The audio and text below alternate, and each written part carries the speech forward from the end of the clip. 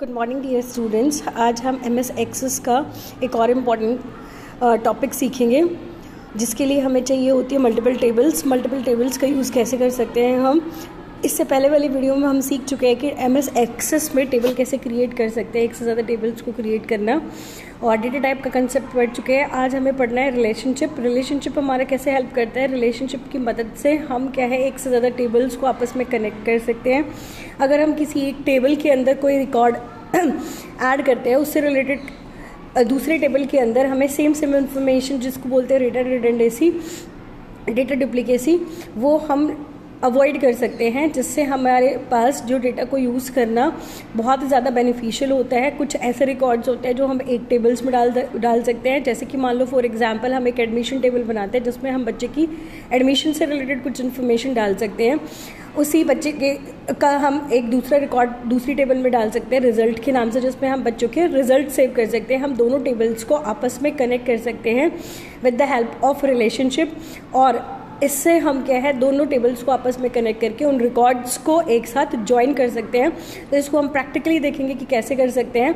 उसके अलावा हम जो रिलेशनशिप क्रिएट करते हैं तो उसके अंदर कुछ इंटीग्रिटी रूल होते हैं, रेफरेंशियल इंटीग्रिटी रूल, उनको कैसे अप्लाई कर सकते हैं, उनका क्या यूज़ होता है, उनकी हेल्प से हम डेटा को कैसे मैनेज कर सकते हैं, ये सब कुछ भी हम सीखेंगे। तो हम पहले सीखते हैं कि हम टेबल के ऊपर रिलेशनशिप कैसे क्रिएट करेंगे। तो इसके लिए हम दो टेबल्स बनाएंगे, एक एडमिशन टेबल जिसमें बच्चे की एडमिशन से रिलेटेड कुछ इन्फॉर्मेशन रखेगी, और दूसरी टेबल बनाएंगे रिजल्ट, जिसमें कि क्या है रिजल्ट से रिलेटेड इन्फॉर्मेशन रखेंगे। रिलेशनशिप को क्रिएट करने के लिए हमें दोनों टेबल्स के अंदर एक कॉमन रिकॉर्ड रखना होता है। तो जो उन दोनों टेबल्स में से हम एक टेबल को पेरेंट टेबल बोलते हैं और दूसरी वाली को चाइल्ड टेबल या ट्रांजैक्शन टेबल बोलते हैं। पेरेंट टेबल को मास्टर टेबल भी कहा जाता है।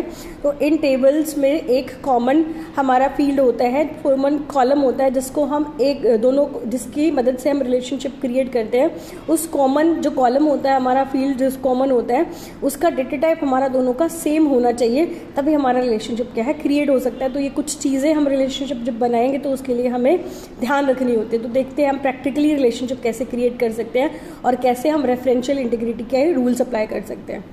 तो मैं यहाँ पे एक डेटाबेस क्रिएट कर रही हूँ रिलेशनशिप 1 के नाम पे। क्रिएट पे क्लिक करेंगे तो यहाँ पे मेरे क्या है, अब मुझे एक रिलेशनशिप नाम का डेटाबेस मैंने क्रिएट कर दिया। इसमें मैं यहाँ पे दो टेबल्स क्रिएट करूँगी, एक एडमिशन टेबल और एक दूसरी हम रिजल्ट टेबल क्रिएट करेंगे। तो पहले मैं एडमिशन टेबल क्रिएट कर लूँगी। एडमिशन टेबल का जो स्ट्रक्चर है हम डिज़ाइन व्यू से क्रिएट करेंगे। सेम हम दूसरी टेबल का भी स्ट्रक्चर डिज़ाइन व्यू से बनाएंगे और उनके रिकॉर्ड्स क्या डेटा शीट व्यू से डालेंगे। तो मेरी ये फर्स्ट टेबल मैंने क्रिएट करी है एडमिशन टेबल, और इसके हम रिकॉर्ड्स डालने के लिए हम जाएंगे यहाँ पे इसके डिज़ाइन व्यू में। तो ये डिज़ाइन व्यू है, मैं यहाँ पे इसके कुछ रिकॉर्ड्स डाल लेती हूँ, उनका डेटा टाइप सेट कर लेती हूँ। तो मैंने यहाँ पे एक सिंपल सी टेबल क्रिएट करी है। उसके अंदर मैंने रोल नंबर डाला है, नंबर में स्टूडेंट नेम डेटा टाइप इसमें मैंने टेक्स्ट डाला है, एडमिशन नंबर का मैंने डेटा टाइप नंबर डाला है। सिंपल सी टेबल बनाई है। इसमें रोल नंबर क्या है, एक प्राइमरी की है। इस एडमिशन टेबल को मुझे पेरेंट टेबल बनाना है। तो अब मैं इसके अंदर दूसरी वाली टेबल क्रिएट करूँगी, फिर उसके बाद हम डेटा शीट व्यू से इनके अंदर रिकॉर्ड्स डालेंगे। तो नई टेबल क्रिएट करने के लिए हमें यहाँ पे फाइल में जाके न्यू नहीं करना है, क्योंकि यहाँ से हमारा डेटाबेस बनता है। हमें नई टेबल क्रिएट करने के लिए क्रिएट के ऊपर क्लिक करके टेबल्स में जाना है। टेबल्स पे क्लिक करेंगे, फिर उसके बाद हम यहाँ से इसके डिज़ाइन व्यू में जाएंगे ताकि हम टेबल का स्ट्रक्चर डिज़ाइन कर सके। तो हमसे यहाँ पे पॉपअप मेन्यू आएगा जिसमें हमें टेबल का नाम सेव कराएगा। तो मैं डालूँगी यहाँ पे रिजल्ट टेबल।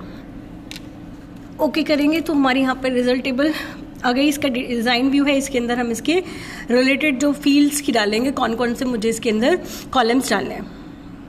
तो यहाँ पे मैंने अपनी रिजल्ट टेबल के सारे फील्ड नेम डाल दिया है, डेटा टाइप सेट कर दिया है। मैंने इसके अंदर लिया है रोल नंबर, फिर स्टूडेंट का नाम, हिंदी, इंग्लिश, कंप्यूटर, 3 सब्जेक्ट्स के मुझे मार्क्स डालने हैं, तो मैंने 3 सब्जेक्ट्स मेंशन कर लिए हैं।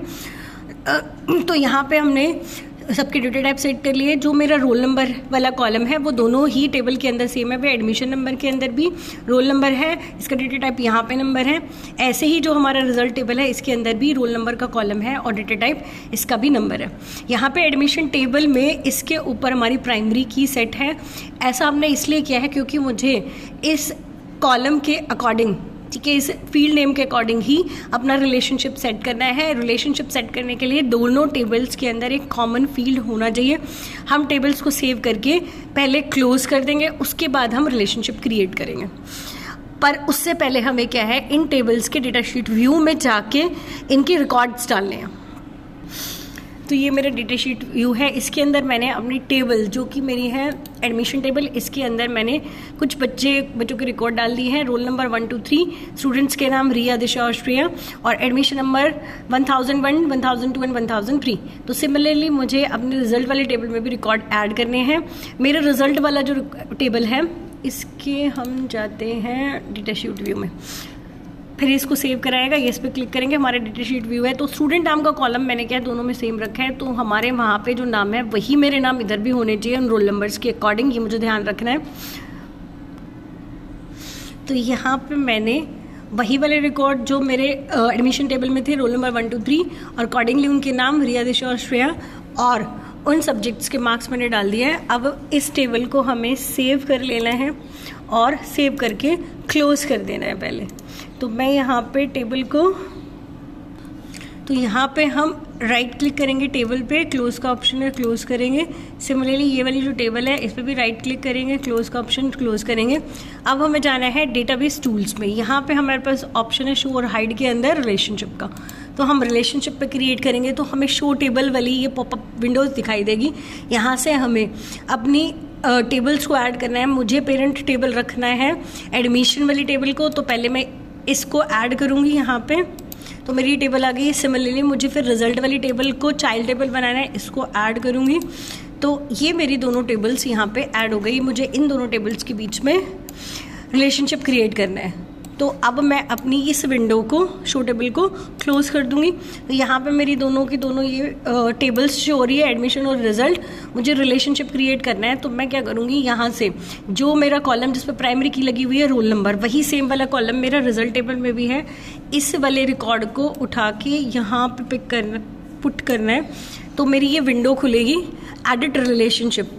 इसके अंदर यहाँ पे हमारे पास जो उनसे दो सेम कॉलम से जिससे हमें रिलेशनशिप क्रिएट करना है वो हमें यहाँ पे दिखाई देंगे। रोल नंबर एडमिशन टेबल का, रिजल्ट के अंदर भी रोल नंबर वाला कॉलम है। तो मुझे यहाँ पे 3 रेफरेंशियल इंटीग्रिटी रूल्स है वो भी दिखाई देंगे, वो मुझे टिक करने हैं। फर्स्ट रूल है एनफोर्स रेफरेंशियल इंटीग्रिटी। जैसे मेरा ये रूल एक्टिव होगा तो ही मेरे नीचे वाले ये 2 रूल भी मैं लगा सकती हूँ। तो फर्स्ट मैं इसको चेक करूँगी तो मुझे नीचे वाले 2 भी एक्टिव दिखेंगे, तो मैं इसको लगा सकती हूँ। एनफोर्स रेफरेंशियल इंटीग्रिटी, फिर कैस्केडेड अपडेट रिलेटेड रिकॉर्ड्स और कैस्केडेड डिलीटेड रिलेटेड रिकॉर्ड।